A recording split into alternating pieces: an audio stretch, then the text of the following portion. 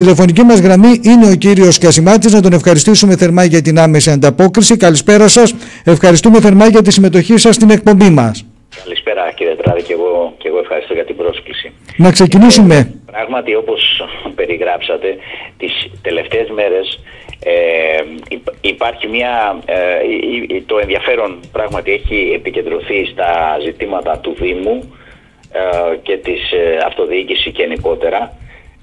Φυσικά βέβαια το ενδιαφέρον το δικό μας επικεντρώνεται στα τεκτενόμενα στο Δήμο, στην περιφέρεια, στη Ζάκυνθο, με βάση την επίδραση που αυτό έχει στην καθημερινότητα των πολιτών και στην ποιότητα της ζωής τους. Αλλά επειδή, για να κάνω και μια γέφυρα σύνδεση έτσι, με αυτό που είπατε, και θα πούμε και δύο λόγια στη συνέχεια για τη συνεδρία της Κεντρικής Επιτροπής του ΣΥΡΙΖΑ το Σαββατοκύριακο, ένα από τα κεντρικά θέματα πέρα από τις πολιτικές εξελίξεις ήταν φυσικά βέβαια η αυτοδιοικητική στρατηγική του κόμματος στις επερχόμενες αυτοδιοικητικές εκλογές. Οπότε νομίζω ότι όλα αυτά δένουν, ας πούμε, σε μια κοινή βάση. Όσον αφορά τα ζητήματα, ας ξεκινήσουμε από τα δικά μας. Θα έλεγε κανείς, ας πούμε, μια συνολική αποτίμηση κατά κάποιο τρόπο 3 χρόνια μετά τις αυτοδιοικητικές εκλογές. Αυτό σηματοδοτεί ουσιαστικά η τοποθέτηση που κάναμε σαν ΣΥΡΙΖΑ μετά τη συνάντηση που είχαμε με τον κύριο Αρετάκη. Ήταν μια μεγάλη αντιπροσωπεία της Νομαρχιακής Επιτροπής και άλλων στελεχών, όπου ουσιαστικά ξεκινώντας από τα ζητήματα τα οποία είχαν τεθεί με βάση την επίσκεψη εργασίας των εργαζομένων στην καθαριότητα και τα σοβαρά θέματα τα οποία ανέδειξε και τα αποδέχτηκε ουσιαστικά και η Δημοτική Αρχή, ο συμβιβασμός που έκαναν οι εκπρόσωποι των εργαζομένων με τους εκπροσώπους του Δήμου όσον αφορά αυτά τα ζητήματα τα οποία θα πρέπει να διορθωθούν, θέματα τα οποία δεν έφωσαν μόνο κάτι που είναι πάρα πολύ σημαντικό, τις εργασιακές συνθήκες, την υγιεινή στον χώρο εργασίας των εργαζομένων στην καθαριότητα, που είναι πάρα πολύ σοβαρό ζήτημα, διότι αυτοί οι άνθρωποι κάνουν πραγματικά, επιτελούν ένα λειτουργήμα σε πάρα πολύ δύσκολες συνθήκες. Άρα λοιπόν εμείς είχαμε αναλάβει και μια δέσμευση απέναντί τους, αφού κουβεντιάσαμε διεξοδικά. Είχατε επισκεφτεί και τον χώρο, επιτρέψτε μου να σας διακόψω, και αυτό είναι πάρα πολύ σημαντικό, γιατί όντως η επίσκεψη σας οδήγησε για άλλη μια φορά στην άντληση πολύ συγκεκριμένων πληροφοριών. Αναφέρομαι στις εγκαταστάσεις στο Φόσδα. Βεβαίως, έγινε επίσκεψη και μας έγινε επίσκεψη 2 φορές, γιατί πήγαμε και με τον πρώην Περιφερειάρχη, τον κύριο Γαλιατσάτο. Ακριβώς. Πολύ αναλυτική ενημέρωση και μας έδωσαν και μια σειρά έγγραφα, τις εκθέσεις του σώματος του ΣΕΠΕ, αυτά τα οποία δεσμεύτηκε ο Δήμος και θα υλοποιήσει. Κοιτάξτε, ουσιαστικά, παρά το γεγονός στο θέμα αυτό, το οποίο όπως είπαμε έχει σχέση με τους εργαζόμενους και βεβαίως έχει σχέση και με την αποκομιδή των απορριμμάτων, διότι είναι κάτι το οποίο δεν είναι μόνο ένα θέμα εργασιακό, μιας κατηγορίας εργαζομένων που πραγματικά επιτελούν ένα λειτουργήμα, θα έλεγε κανείς, αλλά ταυτόχρονα όμως επηρεάζει άμεσα την αποκομιδή των απορριμμάτων και επηρεάζει άμεσα την εικόνα και την κατάσταση που βιώνει όλο το νησί. Και μάλιστα σε μια περίοδο που ακόμα όταν έγινε η επίσκεψη εργασίας και είχαμε την παρουσία των πρώτων όγκων σκουπιδιών στους δρόμους, θυμάστε τι είχε γίνει, έτσι. Άρα λοιπόν ήταν ένα ζήτημα πολύ σημαντικό και από αυτές τις δύο πλευρές. Κοιτάξτε να δείτε, η συζήτηση με τον Δήμαρχο ήταν πραγματικά άκαρπη και αδιέξοδη, διότι ενώ συνομολογούσε ότι θα πρέπει να κάνει μια σειρά παρεμβάσεις στο θέμα, δεσμεύτηκε δηλαδή, έτσι, εξοδικαστικός συμβιβασμός ενώπιον της δικαστικής αρχής, μια σειρά παρεμβάσεις όσον αφορά τις συνθήκες εργασίας, υγιεινής, τον εξοπλισμό, τα χρωστούμενα, τους χώρους που ζητούσαν οι εργαζόμενοι για ενδιαίτηση, για λουτρά, τουαλέτες κτλ. Αλλά ταυτόχρονα όμως και συγκεκριμένες δεσμεύσεις όσον αφορά τη συντήρηση των απορριμματοφόρων σε κρίσιμα ζητήματα, τα ελαστικά, η γενικότερη συντήρησή τους, επίσης σε κρίσιμο εξοπλισμό όπως είναι το πλυντήριο των κάδων, όπως είναι η ύπαρξη νέων κάδων σε επαρκή αριθμό για όλες τις μορφές συλλογής, ανακύκλωση, οργανικά, σύμμικτα απορρίμματα. Αυτά είχε υπογράψει συγκεκριμένη δέσμευση. Ο κ. Χατζηδάκης μας είπε ότι εγώ τα έχω κάνει όλα καλά. Αυτό προφανώς δείχνει ότι δεν αναγνωρίζει καμία ευθύνη όταν τη συνυπέγραψε αυτή την ευθύνη. Δηλαδή ουσιαστικά δεν παρουσίασε το τι θα γίνει το επόμενο διάστημα, επιτρέψτε μου να σας διακόψω. Καταλήγουμε πάλι στο συμπέρασμα, όπως αρχικά είχε δηλώσει ο Δήμαρχος, ότι δεν υπάρχει πρόβλημα, είναι όλα δρομολογημένα. Ακριβώς. Ναι, τώρα το δεν υπάρχει πρόβλημα με το συνυπογράφο, ας πούμε, ενώπιον της δικαστικής αρχής όταν θα κάνω συγκεκριμένες παρεμβάσεις. Γι' αυτό ρωτώ. Το καταλαβαίνετε, ναι. δεν συνάδει, ας πούμε, και εκεί γενικότερα η τοποθέτηση του Δημάρχου κινήθηκε σε δύο επίπεδα. Το ένα επίπεδο ήταν ότι ουσιαστικά υπάρχει μια διαλυμένη κατάσταση στο Δήμο, στις υπηρεσίες καθαριότητας, στη ΔΕΙΑΣ, αλλά είναι δυνατόν 3 χρόνια μετά την άσκηση δημοτικής αρχής και εξουσίας από τον κύριο Αρετάκη να περιγράφει μια κατάσταση διαλυμένη? Δηλαδή, και φυσικά βέβαια να λέει ότι εγώ δεν φταίω, αλλά φταίνε, ας πούμε, οι προϊστάμενοι των τμήματων, των υπηρεσιών, φταίνε εν γέννη εργαζόμενοι. Δηλαδή, ναι, αλλά εν πάση περιπτώσει εσύ οφείλεις να διοικείς το Δήμο και οφείλεις αυτά τα ζητήματα να έχεις τον πρώτο και τον τελευταίο λόγο.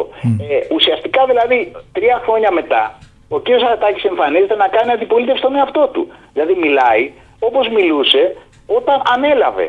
Αλλά έχουν περάσει όμως 3 χρόνια. Και εν πάση περιπτώσει, εντάξει, μετά τις εκλογές μπορούσε να κάνει μια κριτική στα πεπραγμένα των προηγούμενων, αλλά τώρα πια η κριτική που κάνει αφορά τα δικά του πεπραγμένα. Γι' αυτό λοιπόν εμείς πραγματικά από αυτή τη συνάντηση και να πω και αυτό, να το αναφέρω και αυτό, του βάλαμε ας πούμε συγκεκριμένα ζητήματα. Υπάρχει ένα θέμα, ακούγεται ότι όλο αυτό το σχέδιο με την αποκομιδή των απορριμμάτων υπάρχει πίσω από αυτό ένα σχέδιο για να γίνει ιδιωτικοποίηση. Δηλαδή να πει ο κόσμος ότι δεν μαζεύονται τα σκουπίδια γιατί τα απορριμματοφόρα δεν είναι φτιαγμένα, διότι οι εργαζόμενοι δεν θέλουν να δουλέψουν, διότι τούτο ακούγεται ας πούμε τώρα, άρα λοιπόν τι θα κάνουμε, να τα δώσουμε σε έναν ιδιώτη. Και του θέσαμε και ένα ερώτημα ευθέως, ας πούμε, ποια είναι η άποψή του γι' αυτό. Κοιτάξτε, εμείς πιστεύουμε ότι όσο αυτή η κατάσταση, παρά το ότι είπε ότι δεν συμφωνεί, πιστεύουμε ότι όμως όσο αυτή η κατάσταση δεν βελτιώνεται από με τις δικές του τις παρεμβάσεις, τότε ας πούμε ο κίνδυνος της ιδιωτικοποίησης ενός κρίσιμου τομέα που είναι η αποκομιδή των απορριμμάτων με ένα μεγάλο κόστος πια στα δημοτικά τέλη, έτσι, διότι αν αυτή τη στιγμή πληρώνουμε 8 εκατομμύρια στην αποκομιδή, αντιλαμβάνεστε ότι και οι υπηρεσίες που παρέχονται δεν είναι αντίστοιχες των τελών που πληρώνονται. Θα οδηγήσει σε αυτό. Με την ακρίβεια, με όλα αυτά, την οικονομική κρίση που υπάρχει κτλ. Είναι δυσβάσταχτα όλα αυτά. Φαντάζεστε να έρθουμε και να μιλήσουμε και για ένα επιπλέον πακέτο ιδιωτικοποίηση. Εμείς λοιπόν εκτιμήσαμε, και σε αυτό που ήταν ένα πολύ συγκεκριμένο πράγμα, ότι έτσι που κινείται η Δημοτική Αρχή, αυτό τον κίνδυνο ουσιαστικά τον συντηρεί. Τον συντηρεί ανά πάσα στιγμή. Και μάλιστα και φάνηκε χαρακτηριστικά και μετά, για να συνδέσω λίγο και αυτά που είπαμε στο Δημοτικό Συμβούλιο, φάνηκε χαρακτηριστικά ότι ένα πολύ απλό ζήτημα, ας πούμε, που πάντα απασχολούσε αυτή την υπόθεση της αποκομιδής είναι έχουμε οχήματα απορριμματοφόρα για να κάνουν τη διακομιδή. Την αποκομιδή, συγγνώμη. Φάνηκε καθαρά ότι το καλοκαίρι νοικιάσαμε οχήματα και πληρώσαμε νίκιο για ιδιωτικά απορριμματοφόρα, τη στιγμή που υπήρχε ήδη χρηματοδοτημένο πρόγραμμα από τον Φιλόδημο και μάλιστα και από την προηγούμενη Δημοτική Αρχή για αγορά καινούριων απορριμματοφόρων, τα οποία ο Δήμαρχος μας είπε ότι κάπου χάθηκαν, κάπου δεν τα βρήκαμε, κάπου το ένα, κάπου το άλλο κτλ. Και φτάσαμε ουσιαστικά, ενώ ήταν χρηματοδοτημένο πρόγραμμα από το 19, να προχωράμε τώρα στο Δημοτικό Συμβούλιο ουσιαστικά σε έγκριση του διαγωνισμού για προμήθεια νέων απορριμματοφόρων. Αυτά λοιπόν σας το λέω σαν ένα παράδειγμα του κλίματος το οποίο επικρατεί. Αυτά λοιπόν είναι προφανές ότι δημιουργούν μια κατάσταση που οι δημότες, οι πολίτες τη βιώνουν με πολύ άσχημο τρόπο και φυσικά βέβαια το πρόβλημα οξύνεται όταν υπάρχει το καλοκαίρι, αλλά αυτό δεν σημαίνει τίποτα, διότι υποτίθεται ότι εκτός τουριστικής περίοδου θα πρέπει να κάνεις όλα εκείνα τα μέτρα για να μην έχεις μια βίωτη κατάσταση την τουριστική περίοδο. Πάντως το περιεχόμενο της συζήτησης που είχατε με τον κύριο Ρετάκη και αυτά τα οποία διεκδικούσατε ήταν στο ίδιο πλαίσιο των επισημάνσεων και των διεκδικήσεων και στο Δημοτικό Συμβούλιο. Θέλω να βάλουμε σε αυτή τη συζήτηση, γιατρέ, και το θέμα των σφαγείων. Ναι, ακούστε, το θέμα των σφαγείων επίσης είναι μια χαρακτηριστική περίπτωση με τα χαμένα απορριμματοφόρα. Τα χαμένα εννοώ τη χαμένη χρηματοδότηση των απορριμματοφόρων που φτάσαμε από το 19 στο 22 να τα δημοπρατούν όταν έχουμε χαλάσει τόσα λεφτά για ενοίκια κτλ. Και τα σφαγεία είναι μια αντίστοιχη περίπτωση. Είχε βγει ένα κονδύλι χρηματοδότηση κατασκευής των σφαγείων και πραγματικά ο Δήμος, η Δημοτική Αρχή Αρετάκη, παρά το ότι το έλεγε και πιστεύω ότι το πίστευε, δεν ήταν ότι δεν το πίστευε, έγινε μια ολόκληρη καθυστέρηση στο να ξεκαθαρίσει το ζήτημα του χώρου. Δηλαδή, εντάξει, το καταλαβαίνω, υπήρχε ένα ζήτημα να επιλεγεί ο χώρος, επιλέχθηκε κάποιος χώρος, παρουσιάστηκε στο Δημοτικό Συμβούλιο με πολύ ενθουσιασμό, εν πάση περιπτώσει, και από άλλες παρατάξεις δημοτικές που ενδιαφερόμαστε για αυτό το ζήτημα. Δηλαδή, δεν ήταν κάτι που κάναμε τώρα μικροπολιτική. Και ξαφνικά, ας πούμε, το όλο θέμα πήρε μια νέα καθυστέρηση, διότι διαπιστώθηκε ότι υπήρχαν κάποια ουσιαστικά κολλήματα ώστε να μπορέσει ο Δήμος να αγοράσει και αναγκάζεται να πάει τώρα από τον συγκεκριμένο ιδιώτη και τώρα πάει σε μια διαδικασία απαλλοντές. Δηλαδή, έχουμε πάλι μια απαράδεκτη καθυστέρηση. Με αποτέλεσμα να έχετε τώρα η χρηματοδότηση που υπήρχε εξασφαλισμένη για αυτό το θέμα και να μένει μετέωρη. Βέβαια η απάντηση... Κατά την άποψη μου αυτή η χρηματοδότηση θα πρέπει να παραμείνει και αν δεν μείνει αυτή ακριβώς θα πρέπει να εξασφαλιστεί μια άλλη. Αλλά έκανε χαρακτηριστική αδράνεια της Δημοτικής Αρχής. Χαρακτηριστική αδράνεια της Δημοτικής Αρχής. Ποιο ήταν το ζήτημα το οποίο έτρεξε? Να βρει το χώρο για να το αγοράσει. Δεν ήταν πια και να κατασκευάσει, ας πούμε, και τους δίδυμους πύργους. Εντάξει. Το θέμα είναι ότι συγκεντρώνονται πολλά. Μιλάμε για μια πολύ μεγάλη δέσμη τέτοιων διεκδικήσεων που δεν προωθούνται. Μία το κλειστό γυμναστήριο, μία τα σφαγεία, μία τα απορριμματοφόρα. Ναι. Βεβαίως. Και πολλά, και θα έλεγε κανείς ότι είναι και καθημερινά διαχειριστικά πράγματα. Αντιπροτείνει όμως, επιτρέψτε μου να σας διακόψω, αντιπροτείνει ο Δήμαρχος ότι εγώ δεν έχω ανάγκη τα χρήματα αυτά, μπορώ μέσω των χρημάτων του Δήμου να τα υλοποιήσω. Ναι, εν πάση περιπτώσει, κοιτάξτε. Μπορεί να μην έχει ανάγκη αυτά τα χρήματα, αλλά η καθυστέρηση στο να ολοκληρωθεί μια διαδικασία είναι δεδομένη. Το θέμα δεν είναι μόνο εάν υπάρχουν τα χρήματα, είναι αυτό σημαντικό. Αυτό που λέει μπορεί να είναι αληθές. Ναι, αλλά ας αξιοποιηθούν κάπου αλλού. Γιατί να μην δοθούν οι χρηματοδοτήσεις από εκεί που πρέπει? Το ένα θέμα είναι αυτό, ότι μπορεί να αξιοποιηθούν άλλο, και το ζήτημα είναι με ποιους ρυθμούς προχωράμε. Αυτό θέλουμε να πούμε δηλαδή. Γι' αυτό λέμε ότι και στα θέματα που ανέπτυξα προηγουμένως και στο ζήτημα αυτών των σφαγείων και σε ένα άλλο ζήτημα που το βάλαμε, παραδείγματος χάρη, τι γίνεται με την καταγραφή της δημοτικής περιουσίας συνολικά κατά το κτηματολόγιο. Ναι. Ένα πολύ σημαντικό ζήτημα αυτό. Ο Δήμος έχει μια πολύ μεγάλη αναξιοποίητη περιουσία σε ακίνητα, σε κτίρια, κυρίως βέβαια σε οικόπεδα, σε όλο το νησί, χιλιάδες στρέμματα, τα οποία πάρα πολλά από αυτά όλα είναι αναξιοποιητά, ενώ θα μπορούσαν να αξιοποιηθούν και να ενισχύσουν πραγματικά την οικονομική κατάσταση του Δήμου, και ταυτόχρονα βέβαια με αφορμή και την υπόθεση της αγοραπολισίας των 15.000 στρεμμάτων, όπου ο Δήμος έχει και εκεί 8.500 στρέμματα. Ουσιαστικά είναι κρίσιμο ζήτημα που μπορεί να μην επηρεάζει άμεσα την καθημερινότητα των πολιτών, αλλά έχει σημασία πώς υπερασπίζεσαι αυτό που λέμε το δημόσιο συμφέρον, στην προκειμένη περίπτωση τη δημοτική περιουσία. Δεν βλέπω ζωηρό ενδιαφέρον πάντως, κύριε Κασιμάτη. Και μας είπε ότι, ας πούμε, ναι, προχωράει στο κτηματολόγιο και εντάξει, και τι θα γίνει και ίσως το Δεκέμβρη κτλ. Αυτό είναι πολύ σοβαρό. Και μάλιστα... Από πολλές πλευρές δεν βλέπω ζωηρό ενδιαφέρον. Συγγνώμη που σας διακόπτω για άλλη μια φορά, αλλά πραγματικά από πολλές πλευρές. Έχετε δίκιο. Και παρά το ότι το έχουμε συζητήσει και έχουν γίνει δημοτικά συμβούλια και έχουμε πάρει πάρα πολλές αποφάσεις και για να προσφύγει ο Δήμος να κάνει και δικαστικές διεκδικήσεις, διότι υπάρχουν και τέτοια θέματα, και υπάρχει και ιστορία τώρα με την αγοραπολισία, το συμβόλαιο της αγοραπολισίας, το οποίο έχουν μια πολύ σοβαρή εξέλιξη με το ότι το συμβόλαιο αυτό, στο οποίο σας λέω 8.500 τρέματα έχει ο Δήμος, μέσα στις 15.000 τρέματα που πουλήθηκαν. Και είναι και φυσικά βέβαια σε μια περιοχή που είναι φιλέτο. Έτσι. Λοιπόν, και του θέσαμε το ζήτημα. Εδώ υπάρχει μια ποινική διαδικασία η οποία προχωράει. Το συμβόλαιο έχει τα προβλήματα που από την αρχή είχαμε επισημάνει, αλλά τώρα πια έχουμε και με τη βούλα της δικαιοσύνης. Και ο κ. Σαρδάκης του είπαμε ότι πρέπει να πάμε εκεί και σαν Δήμος να πάμε παράσταση πολιτικής αγωγής και να πούμε ότι εμείς ερχόμαστε εδώ να ζητήσουμε την ακύρωση του Συμβουλίου, διότι εκτός των άλλων έχουμε και εμείς 8.500 τρέματα εκεί μέσα. Η απάντηση ποια ήταν?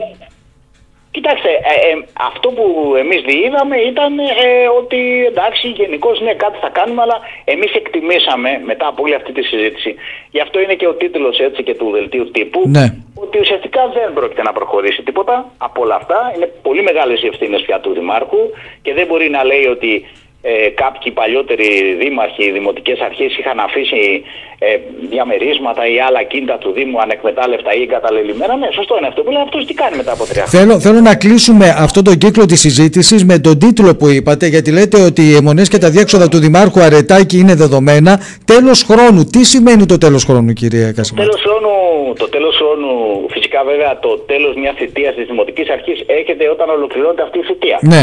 Αλλά πλέον ουσιαστικά εμείς σαν χώρος, έτσι, πέρα από την κριτική που γίνεται στη Δημοτική Αρχή από τις δημοτικές παρατάξεις και τα λοιπά, και από τη δική μου την παρουσία και ως Δημοτικός Συμβούλιος, τα έχουμε πει πάρα πολλές φορές αυτά, η οποία κριτική είχε πάντα μια προσπάθεια να μπορέσει να επηρεάσει θετικά κάποια πράγματα. Και χρόνο δώσατε και προτάσεις υπήρξαν και αναλύσεις υπήρξαν και αναμονές υπήρξαν και υποσχέσεις υπήρξαν, αλλά δεν είδα να προχωράνε αρκετά πράγματα. Δεν εκεί, ας πούμε, να κάνεις στήρα αντιπαράθεση, αλλά από ένα σημείο και μετά, βέβαια, όταν βλέπεις ότι πλέον έχουμε υπερβεί τα εσκαμμένα και δεν περιμένουμε πια τίποτα δηλαδή από τη Δημοτική Αρχή Αρετάκη. Αυτό σημαίνει το τέλος χρόνου. Πολύ καλά. Και ουσιαστικά πλέον επειδή είμαστε και ένα χρόνο πριν από τις αυτοδιοικητικές εκλογές, ουσιαστικά πλέον συμμετέχουμε σοβαρά στον προβληματισμό που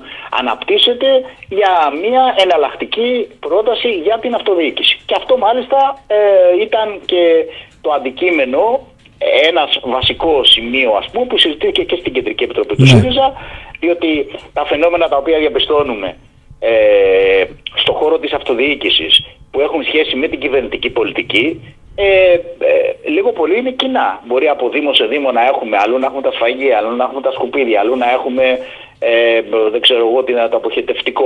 Είπε ότι θα λύσει και το αποχετευτικό, τώρα θα κάνει master plan. Πάση περιπτώσει. Ναι. Το μόνο... Ρωτήσατε πάνω σε αυτό, ρωτήσατε αν υπάρχει και μελέτη. Βέβαια, τίποτα. Αυτά είναι μια συζήτηση γενικά ότι θα πρέπει να φτιαχτεί κάποια στιγμή master plan, που σημαίνει πρώτον πρέπει να γίνει μια περιγραφή της κατάστασης, να πάμε σε μια προμελέτη, μετά να δημοπρατηθεί με βάση την προμελέτη η μελέτη για το master plan και στη συνέχεια μετά η δημοπράτηση του έργου. Μιλάμε τώρα για υπόθεση η οποία τραβάει σε βάθος 5 χρόνια. Είστε σαφείς. Μια τελευταία ερώτηση για να ολοκληρώσουμε και θα μιλήσουμε ξανά, γιατί μας πιέζει όλους ο χρόνος. Θέλω, επειδή είπατε για εναλλακτική πρόταση και όντως ήταν ένα ουσιαστικό κομμάτι της συζήτησης στην κεντρική επιτροπή του ΣΥΡΙΖΑ, τι σημαίνει αυτό? Τι σημαίνει εναλλακτική? Σημαίνει και συνεργασίες?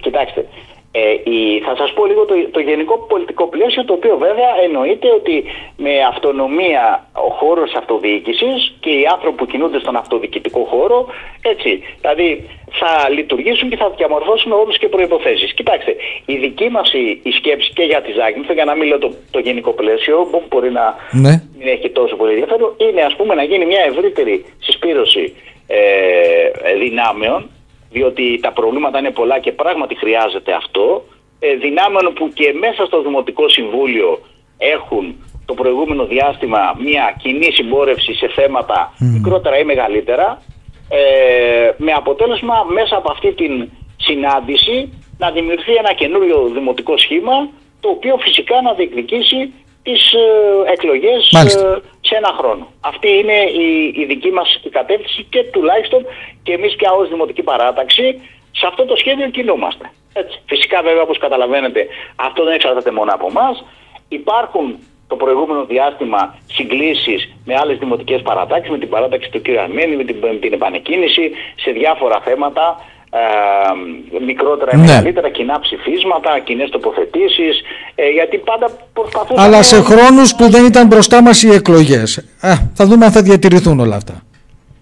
Ναι, προφανώς. Ναι. Αλλά πάντως η κατεύθυνσή μας είναι αυτή. Πολύ καλά. Πιστεύουμε ότι, και αυτό λίγο πάλι στο γενικό πλαίσιο, ότι κοιτάξτε, η αυτοδιοίκηση αυτή τη στιγμή και πολύ περισσότερο σήμερα στις συνθήκες που αντιμετωπίζει ο κόσμος, μια τεράστια ενεργειακή κρίση, μια ακρίβεια στην ενέργεια, στα καύσιμα, στο ηλεκτρικό ρεύμα, ακρίβεια στα είδη πρώτης ανάγκης, στα τρόφιμα κτλ. Θα πρέπει πολύ περισσότερο σήμερα με διάφορες πρωτοβουλίες να υποστηρίξει τέτοιες την κοινωνία απέναντι σε αυτή την πραγματικά πολύ άσχημη κατάσταση που πολλοί λένε, και νομίζω ότι έτσι είναι, ότι βαδίζουμε στο χειρότερο χειμώνα και δεν θα είναι ο μόνος, κύριε Τετράδη. Και δεν το λέμε μόνο εμείς, το λένε και οι ειδικοί, δηλαδή αυτοί που γνωρίζουν από οικονομία. Έτσι. Δεν θα είναι μόνο αυτός ο χειμώνας. Έτσι. Μην κοροϊδευόμαστε. Γιατί βέβαιως καμιά φορά επικοινωνιακά κάποιοι θέλουν να πούνε ότι άντε είναι αυτό που λέει το χειμώνα τούτο, άμα το πηδήξουμε που λέει και το τραγούδι. Ναι. Σαββόπουλου. Ναι. Λοιπόν, αλλά δυστυχώς δεν θα είναι μόνο αυτός ο χειμώνας. Έτσι. Η ενεργειακή κρίση είναι μπροστά μας. Ο πόλεμος φαίνεται ότι δεν βαδίζει προς το τέλος. Μα μαζεύονται πολλά. Γιατρέ, δεν έχουμε άλλο χρόνο. Η αυτοδιοίκηση να παίξει ένα σημαντικό ρόλο. Να μου πείτε και τι θα κάνει για το ρεύμα, να σου πω πολύ απλά. Ένα ζήτημα που είναι πολύ σημαντικό. Υπάρχει ψηφισμένος από το 2018 ένας νόμος που η αυτοδιοίκηση μπορεί να αποτοστατήσει στη δημιουργία συνεταιρισμών παραγωγής ηλεκτρικού ρεύματος με φωτοβολταϊκά. Αυτό είναι πάρα πολύ σημαντικό. Ανοίγεται άλλο κεφάλαιο τώρα, βέβαια. Ανοίγεται ένα μεγάλο κεφάλαιο. Εδώ βλέπετε ότι χάνονται ευκαιρίες και χρηματοδοτήσεις. Και θέματα τα οποία πια έρχονται στο πεδίο καινούρια με βάση τις ανάγκες που υπάρχουν αυτή τη στιγμή. Προφανώς δεν θα το αναλύσουμε τώρα, αλλά αυτό είναι κάτι πάρα πολύ σημαντικό. Δηλαδή, σήμερα λέμε, ας πούμε, ότι υπάρχει πρόβλημα με τα σχολεία, με το ρεύμα στα σχολεία, με το ρεύμα σε διάφορα στα δημοτικά κτίρια κτλ. Θα μπορούσε η τοπική, και φυσικά βέβαια και με το ρεύμα των οικοκυριών κτλ. Θα μπορούσε λοιπόν και μπορεί η τοπική αυτοδιοίκηση να διεκδικήσει τη δημιουργία συνεταιρισμών παραγωγής ηλεκτρικού ρεύματος με φωτοβολταϊκά, τα οποία δεν θα το παράγουμε το ρεύμα για να το πουλάμε. Έτσι, για ιδιοκατανάλωση. Ναι, είναι κατανοητό. Είναι μια πρόταση που υπάρχει ανοιχτή πλέον. Ναι. Θα ήταν ανακουφιστικό στις σημερινές συνθήκες. Αυτό βέβαια θέλει ένα σχεδιασμό και θέλει και μια δομή στο επίπεδο, ας πούμε, ενός Δήμου, το Δήμο δηλαδή, η οποία να το προωθήσει. Πολύ καλά. Γιατρέ, δεν έχουμε άλλο χρόνο. Ναι, κύριε Τετράδη. Απλά σας είπα ένα πεδίο στο οποίο πιστεύουμε ότι... Πολλά και ενδιαφέροντα μας είπατε. Και θα έχουμε την ευκαιρία και τον χρόνο μπροστά μας να πούμε πολύ περισσότερα. Λοιπόν, κρατάω το τελευταίο πάντως ως θέμα που έχει εξαιρετικό ενδιαφέρον. Σας ευχαριστώ πάρα πολύ. Καλό σας βράδυ. Να είστε καλά, κύριε Τετράδη. Σας ευχαριστούμε θερμά. Να είστε καλά.